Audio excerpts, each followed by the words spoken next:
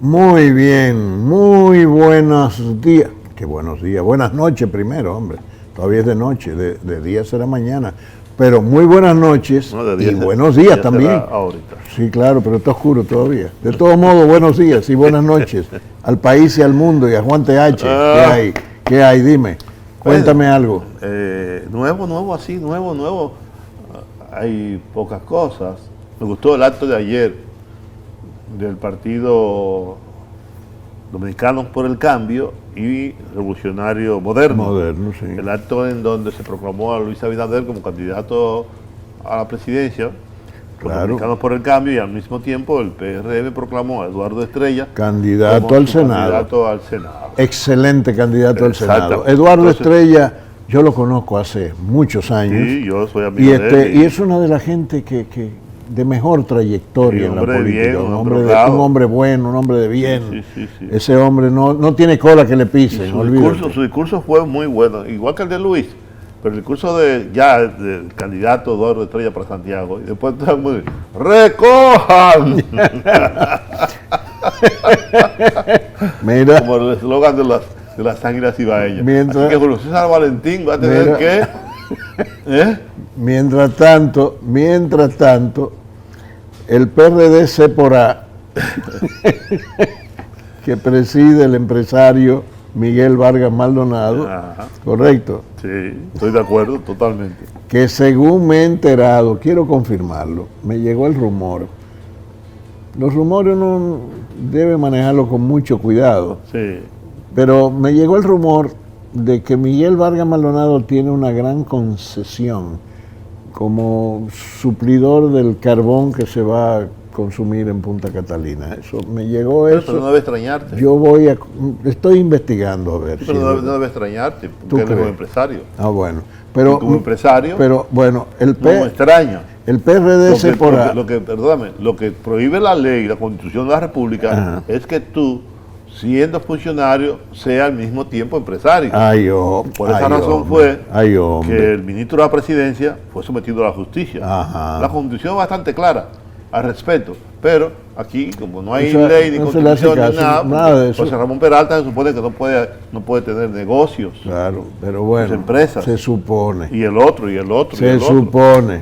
Pero te decía que el PRD Seporá hizo su asamblea de accionistas en el Palacio de los Deportes. Cada vez son menos los accionistas. Y se armó un reperpero allí. Se armó tremendo reperpero de gente que quería participar y no se lo permitieron. ¿Por qué? ¿Por qué? No se ha dicho por qué. También me llegó el rumor de que era gente de Guido Gómez Mazara. O por lo menos una parte de Guido Gómez. Debe ser así. El Guido Gómez es dirigente de ese partido o miembro de ese partido, por lo tanto tiene derecho. Claro que sí, claro. Ahora él no es accionista. Bueno, minoritario. En fin, entonces en cualquier caso, en fin, bueno, señores, las cosas en la política dominicana. Y ¿hasta quién volvió a la política? ¿Quién? Y como candidato a senador, y es un gran candidato. ¿Quién? CQNG. CQNG otra vez. Sí, ¿cómo va a ser? Candidato por el PRM. ¿En serio? En San Francisco de Macorís. Yo no sabía eso. Estoy dando primicias. Por San Francisco de Macorís. Sí, que fue síndico ahí varias veces. Sí, y claro. Él, aparte de la margen de sus problemas que yo creo que son de carácter, un hombre muy serio. Y fue un gran síndico en San Francisco de Macorís. Sí, claro. Y la gente sabe que él es un hombre serio. Y fue funcionario del gobierno. Sí, del gobierno de Hipólito también fue funcionario. Él fue... ¿Qué función fue la que él desempeñó? Ahora no me acuerdo. No sé si tesorero. Tesorero era la tesorera era... Sí. Sí, yo sé. La doña. Sí, mira una cosa, se confirmó. Deloitte y Toche, a pesar de ser asesora del presidente Danilo Medina, asesora económica, a pesar de ser asesora de varios ministerios y realizar las consultorías, los sondeos sobre el posicionamiento de Danilo Medina en el empresariado, y otras cosas que estuvieron ligadas al proceso de asignación del contrato de Punta Catalina, va a ser la auditoría, finalmente la auditoría forense de la Junta Central Electoral. Y ya lo anunció formalmente Julio César Castaño, el presidente de la Junta, quien dijo que entregará el primer informe dentro de 2 semanas de esa auditoría, que se llevará 5 o 6 semanas. El primer informe dentro de 2 semanas. Y por supuesto tú tienes que preguntarte, pero ¿qué necesidad hay de mantener vivas las suspicacias que se han producido en torno a ese hecho? ¿Por qué? Pero sin embargo, él dijo que esa no es la empresa. ¿Y cuál es la empresa? Que esta es la que funciona en Costa Rica. Y ¿cuál? Que esa nunca ha tenido ni vínculos con el gobierno. Deloitte. Sí. Parece que tiene algunas subsidiarias o algunas sucursales, y que esta funciona en Costa Rica. Esta, la que contrataron. Sí, la que contrataron funciona en Costa Rica. No es la que asesora a Danilo. Bueno. No es la misma. Qué bueno que se haya aclarado. No es la misma. Qué bueno que se haya aclarado. Sin embargo, los partidos han sido convocados para decidir si se utiliza el voto automatizado o por el contrario volvemos atrás. Claro, atrás hay que volver. ¿Para qué voto automatizado y para qué? Yo lo que le digo a los partidos es que después de todo lo que ha pasado, todas las dudas que esto ha generado y todas las denuncias, no se puede aceptar eso. Sería muy difícil aceptar. Óyeme, Colombia tiene 35 millones de votantes. Colombia. Se vota 2 millones de kilómetros cuadrados. Y 2 millones de kilómetros. Y se vota como siempre. En todas partes. Con las papeletas, los papeles. En una hora después que concluye, se cierran las urnas. En una hora en Colombia dan los resultados electorales. En una hora, Juan. Claro. Óigame, ¿por qué nos complicamos tanto la vida con unas elecciones? Alemania, señores, terminó con el alfabetismo en el siglo XVIII. Sí. Y en Alemania se vota igual. Se vota contando los votos. Se comenzaron el proceso de voto automatizado y los rechazaron lo suspendieron porque no era seguro. No, porque no, y en Estados Unidos también. Y muchísimos la mayoría de los países. Sí. Y entonces, ¿y ahora, qué este empeño, señores? Como yo estoy diciendo... Mire el lío que se armó en Bolivia ahora con el voto automatizado. Y el algoritmo. Y un algoritmo también en Bolivia. Que por cierto, ya finalmente, creo que la primera del periódico El Caribe, Evo Morales decidió aceptar la oferta del gobierno mexicano del exilio. Sí, entonces él ha dicho que la lucha va a continuar, que fue un golpe de Estado. Muchos países consideran que sí, que efectivamente se trató de un golpe de Estado. Y yo les quiero decir a ustedes, miren, y lo escribí en mi artículo, Bolivia es antes y después de Evo Morales. Está bien, pero antes y después de Evo Morales. Eso está claro. Evo Morales, cuando llegó Evo Morales al gobierno, Bolivia tenía un 63% de su población en pobreza extrema. No, y los indios marginados totalmente, siendo un país de mayoría indígena. De hecho, en la Constitución de la República, además del español, hay otros 36 idiomas oficiales que son parte... Evo convirtió en un país moderno a Bolivia. Así es. Ahora bien, el referéndum de hace 3 años le dijo que ya, 3 gobiernos más que suficiente. ¿Por qué seguir? ¿Por qué no generar una sucesión en el poder? El vicepresidente, por ejemplo. Por ejemplo, entonces... Que su nombre... A pesar de ese referéndum que dijo que no, que ya no más reelecciones, 3 periodos es suficiente, insistió. A mí me pareció que eso fue un grave error. A mí también, yo también creo lo mismo, lo dije en su momento, sí. Porque si el pueblo te dice que no, el pueblo te dice que la no, voz del pueblo, aunque tú creas que el pueblo no tenga la razón, sí, y es probable que no la tenga. Perdóname, si se retira con 14 años de gobierno, oye, con todo eso que logró, trasciende a la gloria definitiva en la historia de su país. Bueno, pero bien, no sé, en América Latina parece que el vicio del continuismo es grave en América Latina en sentido general. Bueno, ¿qué más tenemos? Roberto Fulcar, director general de campaña del PRM, dice que la oposición no puede asumir a Gonzalo Castillo como candidato presidencial del continuismo, pues sigue apareciendo evidencia de que antes de cuajar su aspiración podría ser retirado de la nominación gobiernista en las elecciones del 2020. Está cobrando mucho impulso el rumor de que Gonzalo Castillo se va a retirar.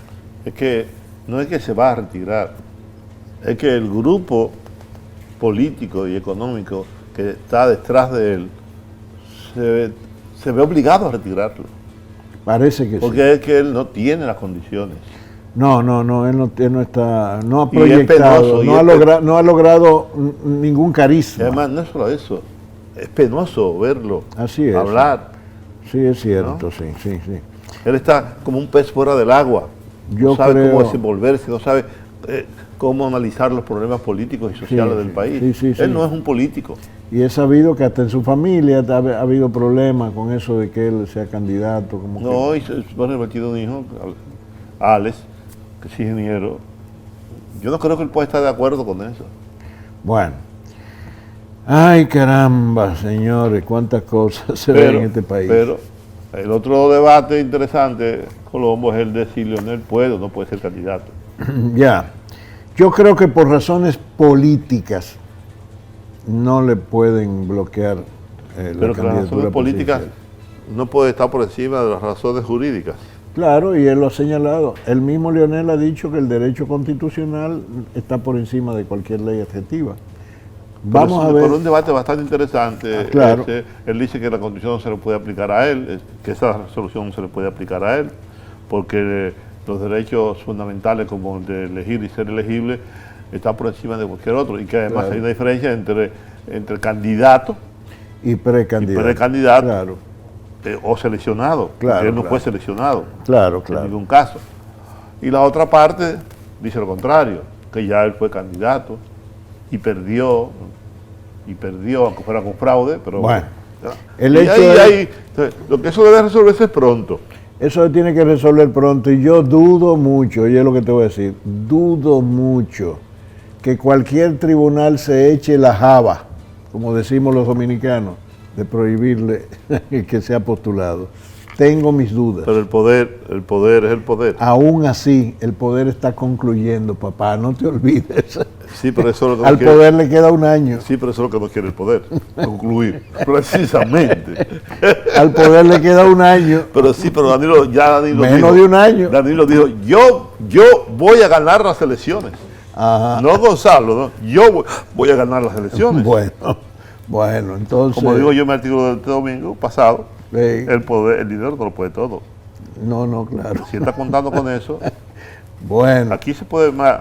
Vamos a ver. Yo dudo mucho que a Leonel le prohíban ser candidato. Dudo muchísimo. De todas maneras, yo no dudo nada. Ajá. Yo no dudo nada en un país como el nuestro, donde este es un país... ¿Cómo era la cosa de Superman, el otro Superman? Bizarro. Superman bizarro. Este es un país bizarro. Este es un país bizarro, sí. ¿no? Que es todo al revés. Mira. Todo es al revés. La ley dice que sí y tú dices que no. Mira. Este es el único país del mundo donde el semáforo se pone en amarillo. Ajá. Que es, tenga precaución, detenga la velocidad. Y lo que tú haces es acelerar. Eso es propio de un país bizarro. Meterte en vía contraria es una vía rápida, en una autopista, que lo he visto muchas veces. Claro. No, y hay un carro, una cosa así, y la gente lo quita para abrir la calle. Cualquiera lo hace. Óyeme lo que pasó conmigo hace un par de meses. Yo tengo lo que llaman un hand-free, un sistema hand-free en mi carro, que no necesito tener el teléfono aquí para hablar. Bien, automáticamente. Y yo estoy parado en un semáforo en la Churchill y estoy hablando. Y hay un policía ahí viene y me dice, ¿usted está hablando por teléfono? ¿Dónde está el teléfono? Usted tiene un teléfono. Y tú también tienes un teléfono. ¿Y qué? No se puede hablar por teléfono. Pero qué cosa, señor. Pero deja free para eso. para no usar las manos pero libres. Se empecinó en que no se podía hablar ni siquiera por Humphrey. Ese no es un país bizarro, eso es un estúpido. Dijo, maestro, lo que te prohíben es tener un teléfono en la mano, porque tiene que tener las dos manos libres. Bueno, nada, mira, cuántas cosas. Veo país bizarro, ¿cierto? Sí, es un país bizarro. Mira, Roosevelt Komarasamy. Yo he escrito muchas veces. Sobre el país bizarro. Todo eso, todo, muchacho. Escríbelo otra vez. Muchacho, mira, vamos a entrevistar al colega, amigo, hermano. ¿Qué colega, hombre? Roosevelt Komarasamy. Ya llegó Juan. Bueno, así que volvemos con Roosevelt. Buen amigo, compañero de trabajo por muchos años. Una gente que yo tengo mucho yo también. Cariño. Volvemos ahora. Ay, señor, aquí estamos con un hermano. que el colega Roosevelt no es hermano nuestro. Roosevelt Komarasamy. Qué bien. Qué bueno. En el Salón de la Fama, Roosevelt. Bueno, yo la verdad estoy muy satisfecho primero de estar junto con ustedes dos, con quien me une una mitad de tanto tiempo. ¿Cuántos años tú tienes bregando con deporte en este país? Pero son muchos. Bueno, desde muy temprana edad en la práctica, pero bregando. ¿Y fue el viejo Coma que te metió en eso? A pesar de su oposición. ¿No quería? No. Tú sabes que en realidad, papá había trabajado en la justicia en San Pedro de Macorís, y tío Eduardo había sido secretario de la corte. Ajá. Y secretario del juzgado de instrucción. Y ellos aspiraban que siguieran los pasos de mi hermano mayor y de una tía mía, de una prima mía, hija de Eduardo, que eran abogados y pensaban que yo también debía seguir esa. Y bueno, yo me gradué de doctor en Derecho y finalmente colgué la toga, como dije ayer, un día que yo fui a la Corte de Apelación y el magistrado Víctor Garrido era el presidente de la Corte, y antes de cualquier otra cosa, ya en estrada me dijo: ¿qué juegazo tiró Mario Soto anoche, Rubén? yo dije si el presidente de la Corte lo que me está hablando de pelota, no debo dejar esto.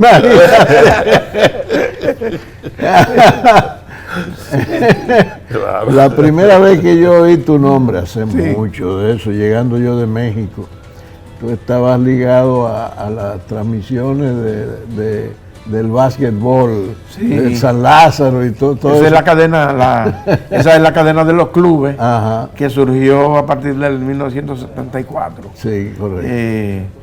Yo había hecho algunas narraciones en el Auditorio Eugenio María de Hostos, pero eran esos partidos que se organizaban de manera muy esporádica y se organizaban transmisiones también.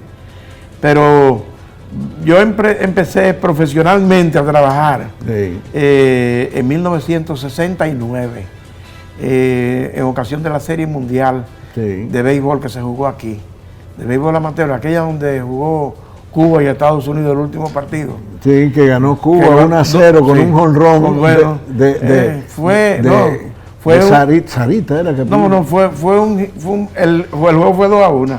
2-1, lo empujó el Curro Pérez, un pitcher. El Curro Pérez. Curro Pérez empujó la carrera decisiva. Pero Fermín Lafita dio un jonrón. Sí. Fermín Lafita. Yo entrevisté a Fermín Lafita en La Habana, años después, recordando ese episodio. Óyeme, entonces Bob Canel vino a cubrir la Serie Mundial. Sí. Y él era el corresponsal, el jefe del desk de la France Press en Nueva York. Ajá. Y mi papá era el corresponsal de la France Press aquí en Santo Domingo. Y él me conocía de mi afición al béisbol y a récord y esas cosas. Y yo ayudaba a mi papá para la agencia, escribiéndole siempre los reportes de los juegos de pelota que había que hacer. Mi papá no se ocupaba de esa cosa del béisbol. Y entonces cuando Bocanal vino, le dijo: pero Rubén, ¿me puede ayudar? Y ahí empecé yo a trabajar. Yo tengo 37 años. Sí. ¿37 años de qué? No, en el periódico El Nacional. Bueno, aclara eso. En el periódico El Nacional. Sí. Y papá de Rubén fue profesor mío en la universidad. Y tengo muchas anécdotas con él y recuerdos agradables de sus enseñanzas siempre, para que uno pudiera relatar mejor. Claro. Y eso. Y yo he dicho, creo, sin excederme, que tú eres, y es la primera vez que te lo digo, que tú eres el cronista deportivo más completo que tiene el país. Porque tiene esa facultad genial de poder hablar con propiedad de cualquier deporte. Te he visto en el tenis, te he visto en el béisbol, en el baloncesto. Sí. Y la República Dominicana parió en esos tiempos gente muy geniales, fantásticos narradores de béisbol, incluso de la época de los teletipos, ¿te acuerdas? Sí. Que era una cosa increíble. Si algo como tú sigues narrando. Sí. Y seguían. Bueno, en una época. Y además yo siento que ahora no tenemos esa solidez, ¿o sí? Bueno, te voy a decir una cosa, que en esa época del teletipo trajimos una gente que vino de un pueblo y entró al cuartito donde estaba el teletipo que enviaban las informaciones de Santiago y salió corriendo porque dijo que había un muerto ahí, que escribía solo la máquina. Sí, que muerto. Yo fui testigo en la voz del trópico. ¿Cómo podías hacer eso? ¿Cómo podías seguir narrando un partido de béisbol sin estarlo viendo? Cuando el teletipo dejaba de funcionar se inventaban una lluvia. Sí. Está lloviendo. Y discusiones. El partido se paralizó por lluvia. Bueno, mira, en cuanto a la producción o emergencia de nuevos talentos en la nueva generación. Yo pienso que quizás en el pasado hubo una obligación de diversificarse en cuanto a la cobertura de eventos por la poca cantidad de cronistas deportivos que había. Claro. Era una obligación abrir ese abanico de disciplinas que cubrir. Y ahora encontramos a gente más especializadas en un deporte y que conocen mucho, quizás no la historia, sino el día a día de las ocurrencias de una temporada, vamos a decir, del fútbol americano o de la liga, de la Bundesliga en el soccer o el balompié. Y yo diría que la deficiencia principal que tiene la crónica deportiva al día de hoy es en el manejo de la gramática. Claro, eso afecta al periodismo completo en este país. Sí, hay una deficiencia realmente manejo dolorosa. El manejo del lenguaje es deplorable. Sí. Hemos perdido mucho en ese sentido. A veces uno lee, ahora que uno está obligado a empaparse de las noticias por los medios digitales, ahí es verdad que uno se encuentra con errores porque la velocidad con que hay que escribir alguna información obliga a gente, quizás que no tiene las condiciones, a escribir en un medio digital y de repente uno lee unas informaciones que dan miedo. Estuve viendo ahora que el New York Times, el Washington Post y otros periódicos están usando robots para redactar las informaciones deportivas porque están más actualizados que los periodistas. Yo no lo dudo. Ya se están usando mucho. Tienen en su memoria todas las estadísticas, de 50, 100 años o de nacimiento de un deporte determinado. Y se están usando mucho. Y en este último libro de Oppenheimer advierte a los periodistas, igual que a los abogados, que los médicos, que tienen que poderse al día en materia tecnológica. Dime una cosa, tú eres el primer periodista del área deportiva que llega al Salón de la Fama del Deporte. No, antes más Reynoso, Celia Costa, Fidencio Garris. Qué bien. Tomás Troncoso, creo que también Pedro Julio Santana. Qué de esa época anterior. De la época actual, vamos a decir actual, Cookie Córdoba está y Billy Berroa. Sí, Billy también. Y el año pasado ingresó Tony Piña Cámpora. Y Jorgito Burnigal está en el grupo también. Está. Yo diría que otra de las cosas que adolece el periodismo. Yo empecé en el periodismo, fue en el deporte, precisamente. En México. Y después yo recuerdo cuando ustedes escribían una columna roja. La columna roja con César Medina. César Medina y yo. Sí, yo recuerdo. Pero también falta, yo diría que al mismo tiempo que quizás no conocemos tanto la gramática o el diccionario es muy breve, yo diría que le falta la genialidad. Claro. En cuanto a la construcción de las ideas. La imaginación, el ejercicio de la imaginación. Sí, la imaginación, el juego de palabras. Claro. Pero todo eso es el conocimiento del diccionario. Claro. Mientras más diccionario... ¿Cómo decía Cuchito? ¿Cómo decía Cuchito? Cuchito cuando era comentarista de béisbol. Le decían Cuchito, Rubí, ¿qué te parece Cuchito? ¿Qué te parece Cuchito? Sí. ¿Qué te parece Cuchito? Entonces, la base cultural es fundamental para usted poder descollar en esto y en cualquier asunto, por supuesto. Y en el caso, por ejemplo, que tú escribes tu minuto, la capacidad de síntesis también. Claro, por supuesto. Cada día, yo recuerdo que mi papá me decía, cuando uno empezaba a escribir, que él me decía, pero en tantas cuartillas hay que, en la primera 2 cuartillas, o en la primera cuartilla ya tú tienes que decirme lo que hay. Claro.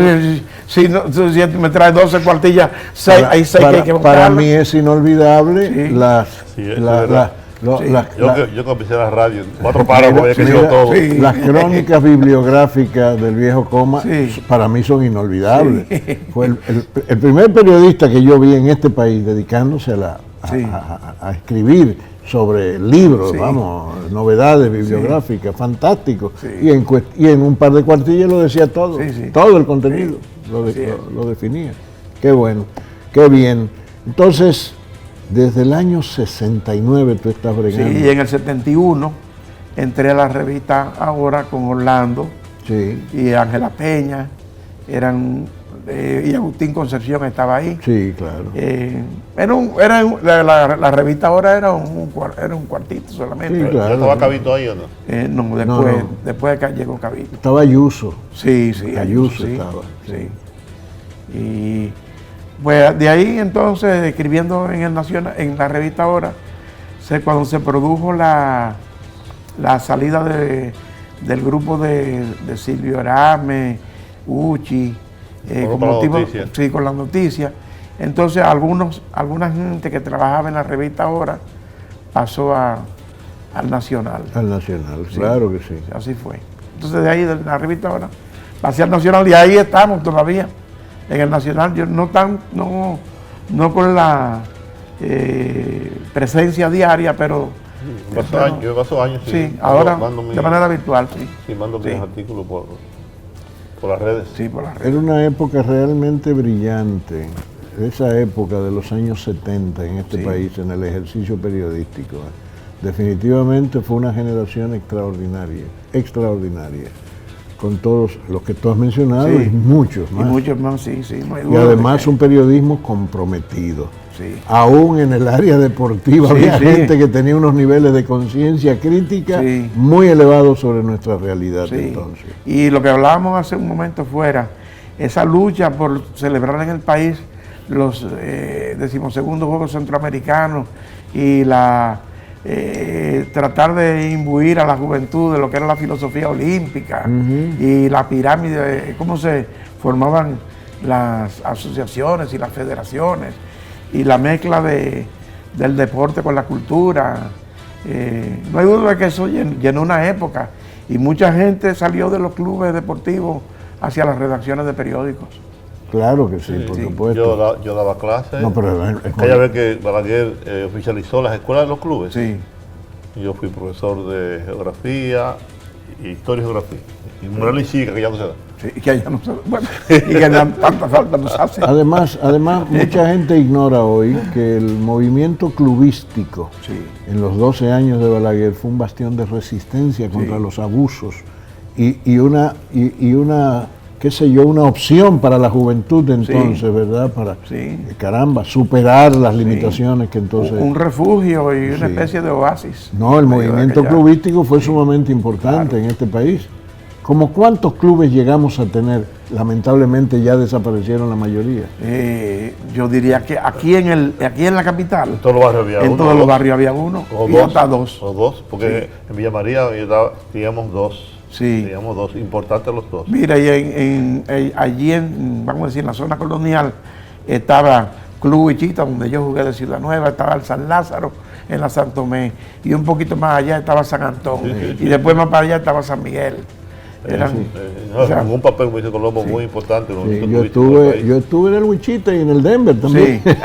El Denver, en Ciudad Nueva también. Ahí jugábamos pelota. Bueno, Luis Gómez Ricard, que le decía Muichita, era en honor a él, fue que se nombró ese club en Ciudad Una cosa, así es.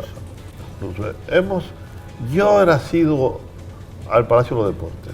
Sí. Asiduo con mis hijos, luego dejé de ir, porque sentí que el baloncesto había perdido mucha fuerza, no había esos jugadores emblemáticos que tuvimos cuando justamente Doro Gómez, el otro que jugó, Hugo, que para mí sigue siendo el jugador más importante del país, manejó el balón, jugado sin labor, etcétera, etcétera. Hugo Cabrera. Ayer tuve oportunidad de saludar a Hugo. Qué bueno. Vino expresamente. Qué bueno, me alegro mucho. Pero después le perdí el entusiasmo al baloncesto. Ha crecido el basquetbol, la pelota como sigue. Ahora hemos hecho unos papeles a veces que yo siento que vas a responder después de la tenemos la pausa. Después de la pausa. Volvemos enseguida. Roosevelt, Juan te preguntaba sobre, qué sé yo, la crisis de algunos deportes que en el pasado fueron sumamente trascendentes, como es el caso del básquetbol. Sí. ¿Qué ha pasado? Bueno, yo diría que uno de los problemas que tiene el baloncesto es que prácticamente los clubes que formaban muchachos han ido desapareciendo. Aquellos torneos fantásticos, el San Lázaro, Naco, todo eso. Bueno. Entonces, la mayoría de los jugadores eran estudiantes atletas. Claro.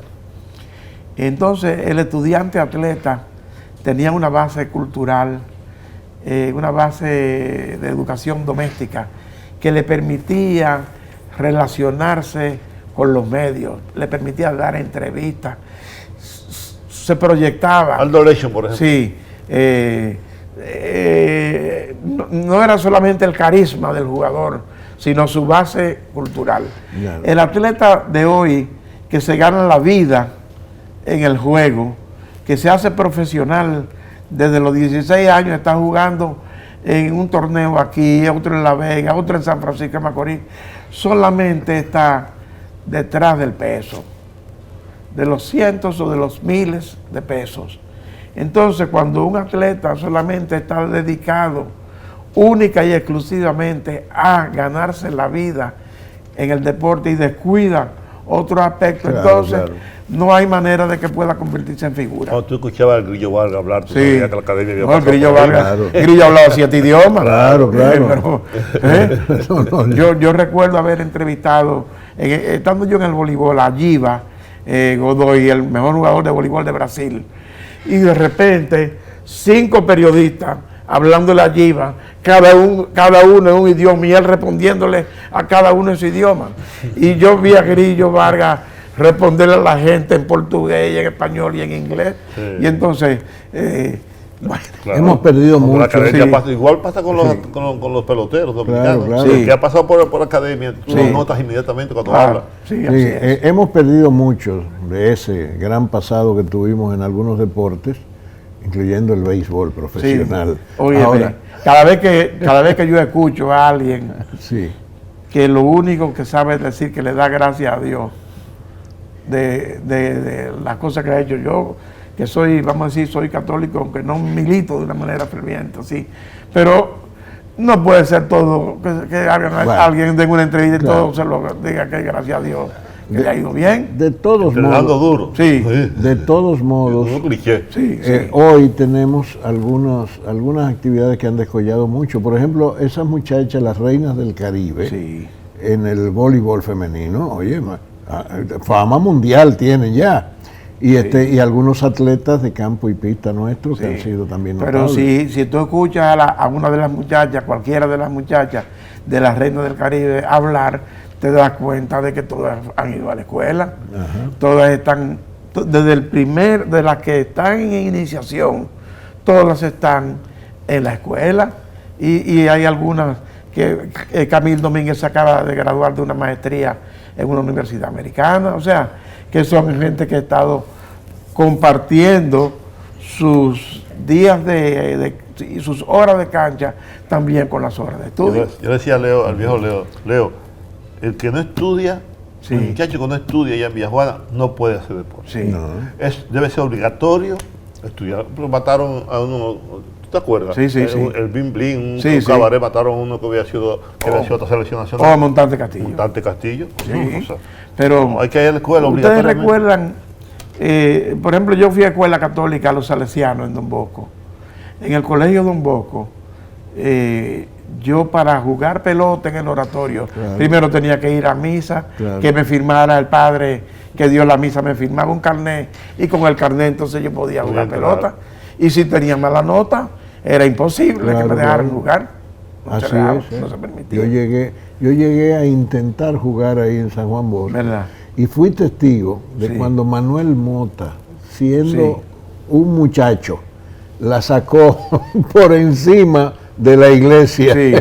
El tablazo que dio, yo estaba ahí. ¿Tú sabías que cuando Manuel Mota firmó para la pelota profesional, Ramfi había ido a ver un juego allá al oratorio Don Bosco? Yo llegué a ver la foto y Mota batió de 5-5 y eso lo llevaron para la aviación. Claro, de inmediato lo llevaron. Pues yo vi el tablazo de Mota que pasó por encima de la iglesia. Ayer en mi palabra estaba yo recordando, pues yo fui un pelotero muy malo. Y en el campeonato juvenil del año 64 jugamos en el estadio Quisqueya bajo luces y yo batí 2 foul fly, uno al catcher y otro a la primera base. Y entonces la gente que sabía que yo era basquetbolista me gritaba, vete por María de Otto. Y entonces relaté que yo, sin embargo, di un foul histórico que terminó un juego de pelota. Mucha gente daba un jonrón que terminó un juego, pero yo di un foul histórico. Y fue en el colegio Luis Muñoz Rivera, jugando un partido de eso con pelota fuerte. Yo di un foul hacia atrás y se fue por la calle San Nicolás Penson de línea. Y iba pasando un Cadillac negro. Y le dio el vidrio lateral y cuando miramos, tenía las 5 estrellas de Trujillo. Ay, hombre, no me digas. El corredero que se armó. ¿Qué tú hiciste? Yo salí corriendo. No, claro, obvio. Todo el mundo se metió por el patio. No, claro. Yo salí corriendo. Y en la Moisés García, en la calle Moisés García, me agarró el franqueador de Trujillo que se había devuelto del palacio. Y entonces, Mr. Rodríguez, que era el director del colegio Luis Muñoz Rivera, salió y dijo, son muchachos del colegio. Y entonces el chino, que era el franqueador de Trujillo, se devolvió. No era un atentado. No era una pedrada ni nada contra Trujillo. Un foul. Eso es una buena anécdota. Muy buena. Un corredero grande. Pensaba yo, tú escuchas a Rico Carti hablar y escuchas a Felipe Rojas Salón. Sí. Y te das cuenta. Sí, claro. Felipe dijo hace ya unos años, para jugar béisbol a nivel de Grandes Ligas, necesitamos una ciudad de Grandes Ligas. Sí, así es. Que tenga, Sí, fue cuando le preguntaron a Felipe, ¿y cuándo Santo Domingo tendrá un equipo de Grandes Ligas? Y Felipe dijo, cuando Santo Domingo sea Grandes Ligas. Sí, oye, a mí eso me cuando no crucemos el semáforo en rojo, cuando demos luces direccionales, cuando hagamos fila en el supermercado, porque hay gente que cree que porque compra el que cree que compra solamente un artículo tiene derecho no hace fila. Permiso. Así. Cuando seamos ciudades de Grandes Ligas. Grandes Ligas. Así es. El panqué de Jaina. Una escuela, Felipe. Sí, pero claro. Y un filósofo. Sí, porque jugó en la Universidad Autónoma de Santo Domingo. Era estudiante de medicina. Sí, pero que hacía deporte. De atletismo. Claro. Hasta los otros días hubo números de él. Él era, el récord de jabalina lo rompió un muchacho de la Romana llamado Hilario Albert.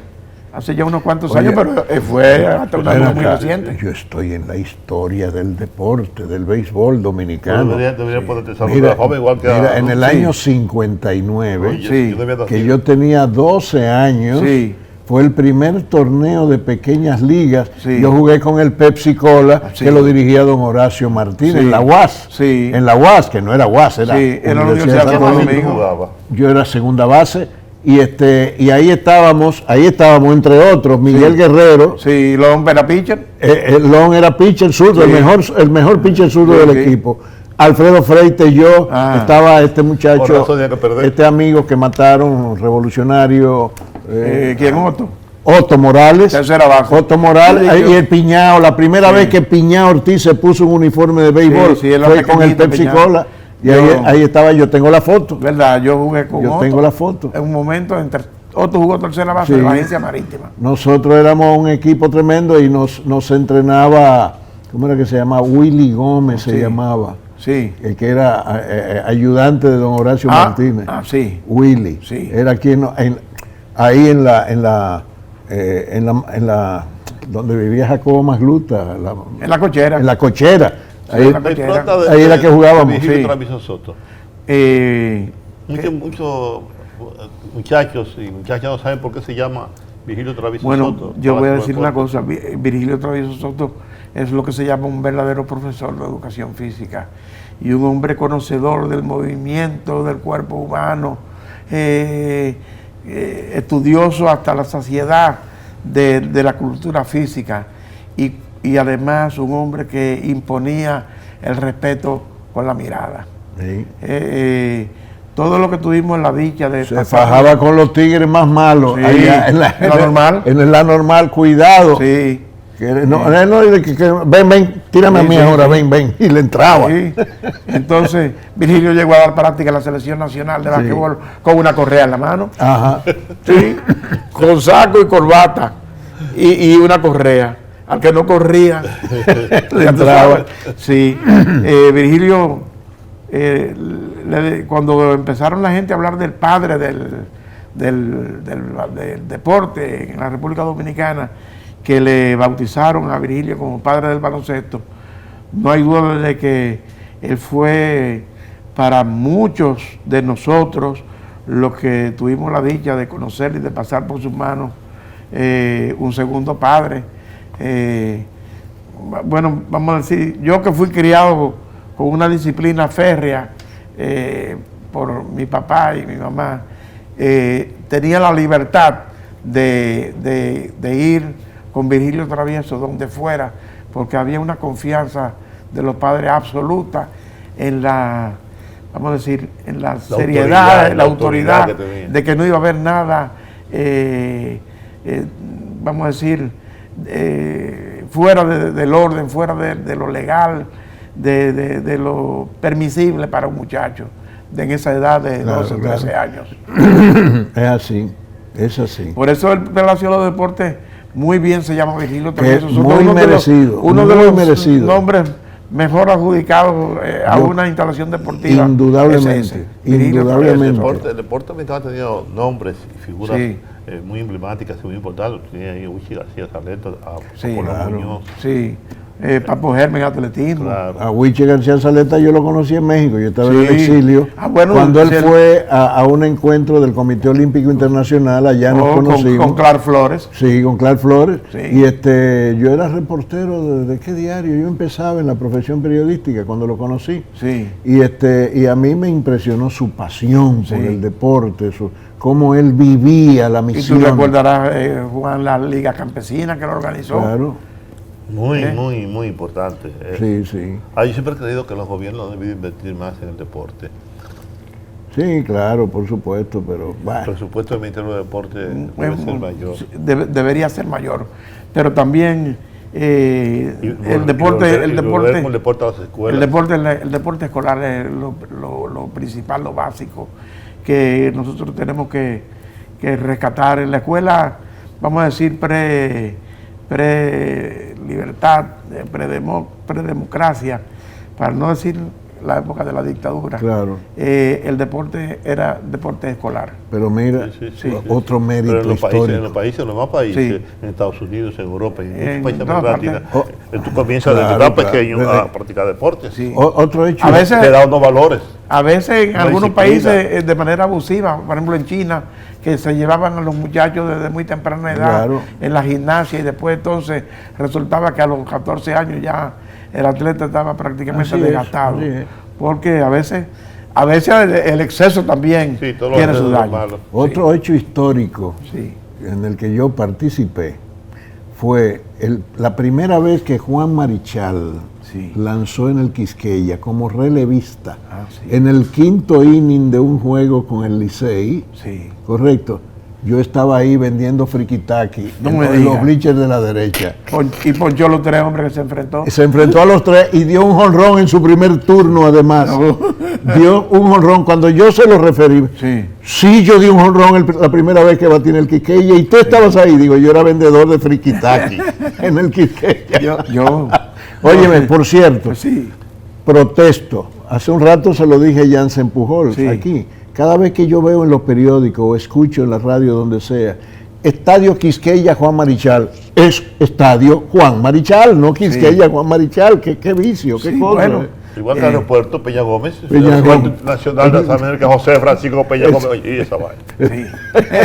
Qué cosa, no se sacan los estadios Quisqueya. Y el otro día me quejaba yo de que la estatua de Juan Marichal está prácticamente escondida.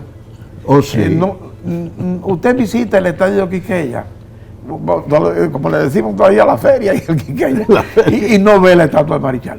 La estatua de Marichal está prácticamente arropada por los árboles. No en San Francisco, hay una plazoleta. Óyeme, con la estatua claro de que todo el mundo. Entonces mira, era una noche lluviosa. Debe estar a la entrada del estadio, la estatua con la pierna alzada de Marichal debería estar ahí. Era una noche lluviosa y yo vendí 3 friquitaki esa noche. Yo me dediqué a ver el juego. Friquitaki con pique o sin pique. Y bueno que era. Yo fui pionero en la venta de friquitaki. Con mortadela. Claro. Ay, qué bueno. Yo fui pionero en la venta de friquitaki en el Play. Finalmente, tú te sientes un hombre realizado después de haber pasado por el salón. Y después de todo este reconocimiento, yo creo que la gente siempre está teniendo ese reconocimiento. Bueno, yo como un hombre dedicado al deporte, como un hombre de bien, como un hombre disciplinado, cosas. Vamos a decir, yo digo que hace mucho tiempo que yo tenía popularidad. Sí, claro. ¿Verdad? Todo el mundo me conocía, que al supermercado la gente me saluda. Claro. Y entonces... Además de oír la voz. Sí, y entonces la gente... Podía los moteles porque... Sí, los muchachos, los hijos, los nietos míos, abuelito, tú eres famoso. Y yo le decía, no, famoso es tu abuelo, tu bisabuelo, que ya no va a delinquir más, no tiene posibilidades ni de delinquir ni de faltar a la fama que tiene. Claro. Entonces yo le dije, fama y popularidad son 2 cosas distintas. Entonces yo dije ayer, la gente del pabellón del deporte dominicano me ha reconocido ahora una fama como ciudadano. Y yo antes tenía popularidad. Ahora yo tengo un compromiso de no defraudar a los que han dicho que yo tengo fama. Claro, gracias Roosevelt, gracias, muchas gracias. Qué bien, volvemos. El gran Roosevelt. Así es, muy buena conversación con Roosevelt. Bien, vamos entonces a lo que la gente dice. Dice un anónimo desde Cabrera, muy interesante. Dice, la gente aparentemente no le tiene miedo a los viajes en Yola. Hoy la Armada Dominicana agarró un camión con una Yola dentro y la cual se presume iba a ser utilizada para realizar un viaje ilegal a Puerto Rico. Muchas veces la gente paga entre 2 y 3 mil dólares por un viaje de estos, no sabiendo que poniendo ese dinero en el banco y organizándose, pueden solicitar una visa. Ponga un negocio con esos cuartos. Un negocio. 3 mil dólares y esos 150 mil pesos. Hasta una empanada. Con eso usted pone un negocito. De empanada. Y además lo que en el consulado quieren saber cuando usted solicita visa es si usted está radicado aquí, si tiene razones para radicar en su país. Si no tiene razones para emigrar, no, yo tengo un negocio, no, familia, no puedo. Bueno, Eddie Álvarez, de aquí de la capital, dice, soy psicólogo y esta mañana fuimos convocados a protestar frente al Ministerio de Educación en rechazo a lo que hemos calificado como un abuso por parte de las autoridades de ese ministerio, quienes mantienen paralizados nuestros nombramientos, pese a haber aprobado el concurso de oposición docente y haber sido enviados a trabajar en las escuelas. Necesitamos que esto se regularice lo más pronto posible. Pero claro, peor de todo pero esto. Claro. ¿Sabes qué? Le dijeron a toda esa gente que renunciara ¿Que renunciara? No, de los puestos no estaba trabajando. ¿Hoy por qué? Porque ganaron su concurso de oposición, ya era seguro el nombramiento y le dijeron que renunciara. O sea, si tú trabajabas en un sitio, no renuncias y que ya tú vas a trabajar aquí, en esta escuela. No, y renunciaron todas esas personas. Esto es increíble. Hace meses que están.